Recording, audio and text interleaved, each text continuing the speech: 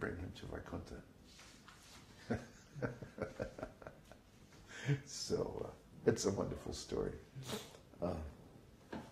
We have to become like that, to where we're always meditating on devotional service, because especially in Kali Yuga, the intention of performing devotional service is as good as performing the service itself. You see?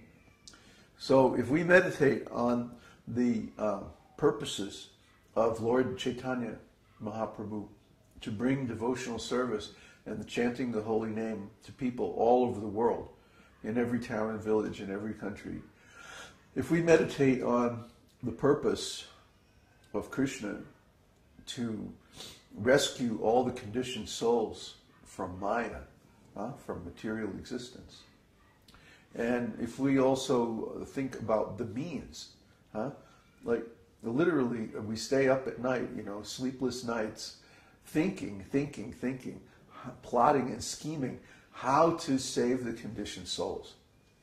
And most of what we do doesn't work. I mean, it's really hard, it's really hard to get people to recognize the necessity, first of all. To get them to realize even the possibility of getting out of this material world is very, very, very difficult. People are conditioned. That's the problem. They're conditioned. And what does conditioned mean? It means that they're trained to see things in a certain way, or to respond in a certain way. And when you tell them, oh, there's a whole other world, but it's not out there someplace. It's in here. It's within us. Well, they can't imagine what you're talking about. I remember when I was young, and I was, pretty much in Maya, and I would try to meditate. Sometimes, I'd get some really good dope, roll up a big fat one, and then try to sit and meditate. Yeah, now I'm finally going to get it, right? Nothing. Even stronger stuff, I would never hallucinate. It's like I couldn't. I don't know why.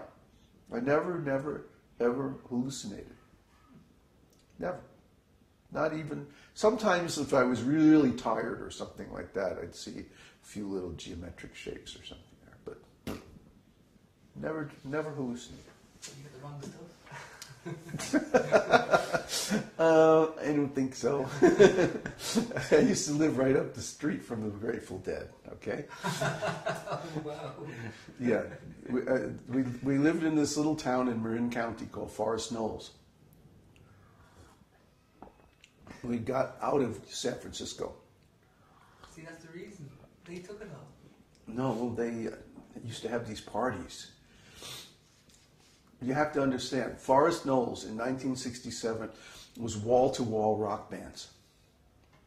Okay?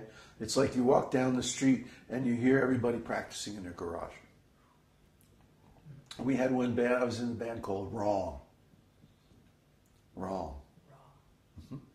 That was the name of our band. Cool. Yeah. And three of the guys in that band became devotees. I didn't know this.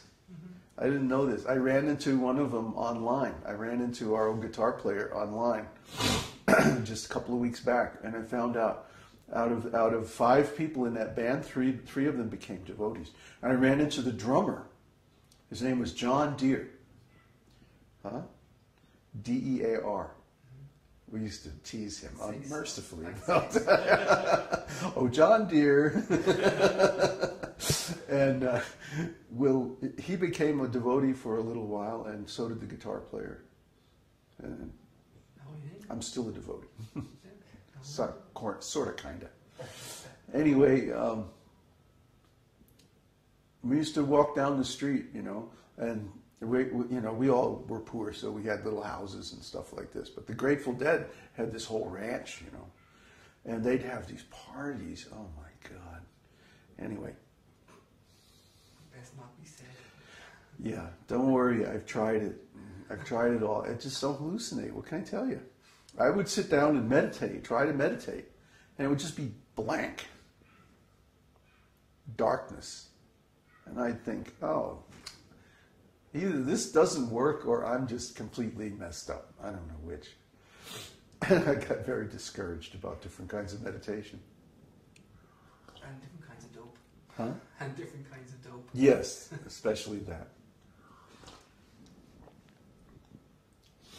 So now when I look inside, it's like everything is there.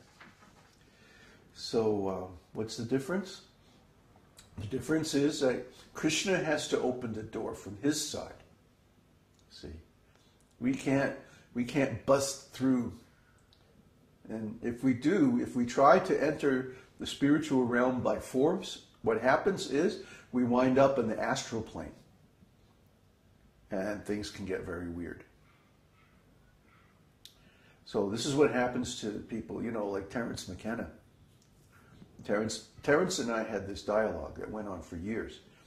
I would write him, from all over the world, wherever I was at the time, and because we had this discussion going about soma rasa. Soma rasa or soma juice was one of the ingredients offered in sacrifices in ancient Vedic ceremonies. And when people would take this soma juice, they would see things, like they would see Vaikuntha, or they would see the demigods, or they would see Krishna. So we were speculating in those days that it was some kind of psychedelic drug. The problem is there were no known drugs, no known natural plant substances that had the characteristics of soma rasa described in the Vedas. See? And I always used to argue with Terence that, and you can't duplicate the set and setting that they had. Huh? Set and setting, if you know anything about psychedelic drugs, set and setting are very important parts of what you're going to experience, right? They determine the context. And I don't know, I'm not going to get into the whole rap again about context and meaning and all that. You've heard that enough. Huh? Content, the meaning of the content is determined by the context. So the meaning of what you see on LSD or something like that, if you see anything, I never did, is going to be determined by the context in which you take it. So the problem is the context of a Vedic sacrifice cannot be duplicated in today's environment. It just can't be done. First, you need a huge piece of land, absolutely flat. Then it has to be plowed in a ceremonial way, by special oxen.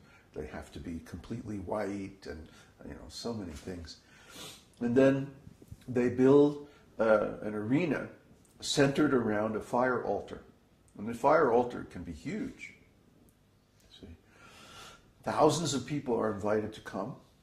It's like Woodstock Festival or something like that. Everybody comes and camps out, and then they come into the arena during the day, and these sacrifices go on where there's all these qualified brahmanas chanting mantras. You see, so people are hearing mantras for hours and days like that. And then at one point they do an animal sacrifice.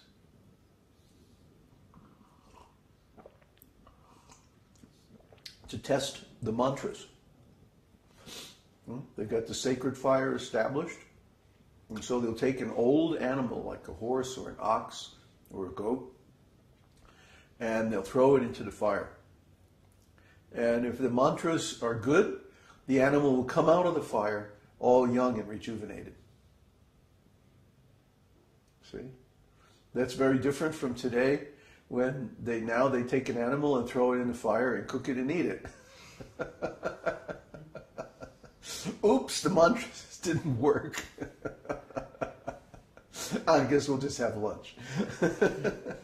Oh boy. So this is what was going on at the time of Buddha. And that's why he stopped the animal sacrifices and actually said, no, you shouldn't do this. You shouldn't follow the Vedas. Because you're not qualified. You're not getting the result.